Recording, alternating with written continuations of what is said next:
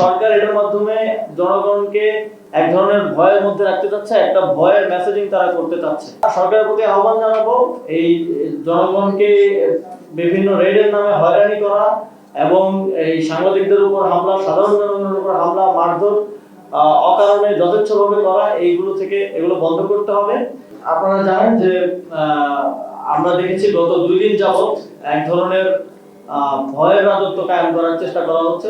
আমরা মনে করি যে যেই পুলিশের মাধ্যমে এই যে বিভিন্ন জায়গায় রেডের নামে সাধারণ জনগণকেও এবং সাংবাদিকদের উপর হামলা হয়েছে, আপনাদেরও কয়েকজন সহকর্মীর উপর হামলা হয়েছে বলে আমরা জেনেছি। আমরা এই ঘটনার তীব্র নিন্দা জানাই।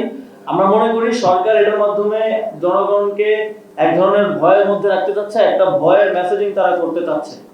এবং আমরা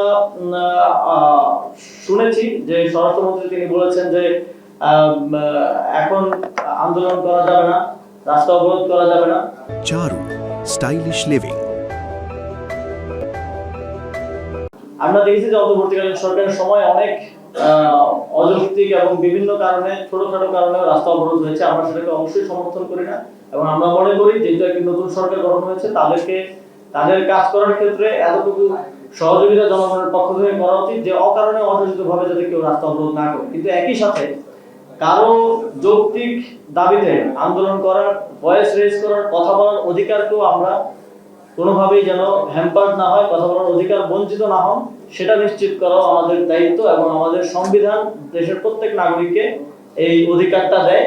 এবং কিন্তু সরকারের পক্ষ থেকে আমরা দেখছি যে একদম একাধারে সকলকে কোনো ধরনের আন্দোলন করা যাবে না, এই ধরনের কথা বলা হচ্ছে, যেটা গণতন্ত্রের পরিপন্থী, আমাদের সংবিধানের পরিপন্থী। এবং আমরা এই ধরনের অ্যাপ্রোচ আগে সরকারের সময় দেখেছি যে বিরোধী দলমত যে কোনো কিছু নিয়ে নামলেই দলমত নির্বিশেষে সেটার উপর দমন পীড়ন চালানো হতো। তো আমরা সরকারের প্রতি আহ্বান জানাবো এই জনগণকে বিভিন্ন রেডের নামে হয়রানি করা এবং এই সাংবাদিকদের উপর হামলা, সাধারণ জনগণের উপর হামলা, মারধর অকারণে যথেচ্ছভাবে করা, এগুলো বন্ধ করতে হবে। এবং আমরা জানি যে প্রত্যেকটি থানায় কিন্তু ইনফরমেশন আছে যে কারা মাদকের কারবারি করে, কারা চুরি করে, কারা ছিনতাই করে। তো স্পেসিফিকলি সেটা নিয়ে কাজ করতে, সেটা মানে এক ধরনের আইওয়াশ হচ্ছে আর কি, মূল জায়গায় কাজ না করে জনগণকে ভয় দেখানোর এক ধরনের চেষ্টা হচ্ছে বলে আমরা মনে করছি। আর এর বাইরে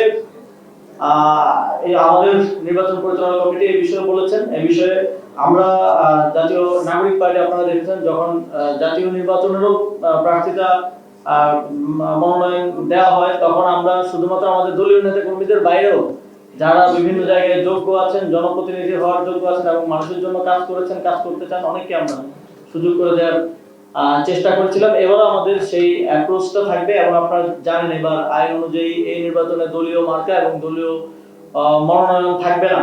সেক্ষেত্রে এবার ব্যক্তি হিসেবে সবাই নির্বাচনে আসবে এবং জাতীয় নাগরিক পার্টি তাদের নির্দিষ্ট প্রার্থীদের সাথে আমাদের যে সাংগঠনিক সমন্বয় সেটা করার মাধ্যমে আমরা তাদেরকে সহযোগিতা করব, সেগুলো নির্ধারণ করবে আমাদের এই নির্বাচন পরিচালনা কমিটি।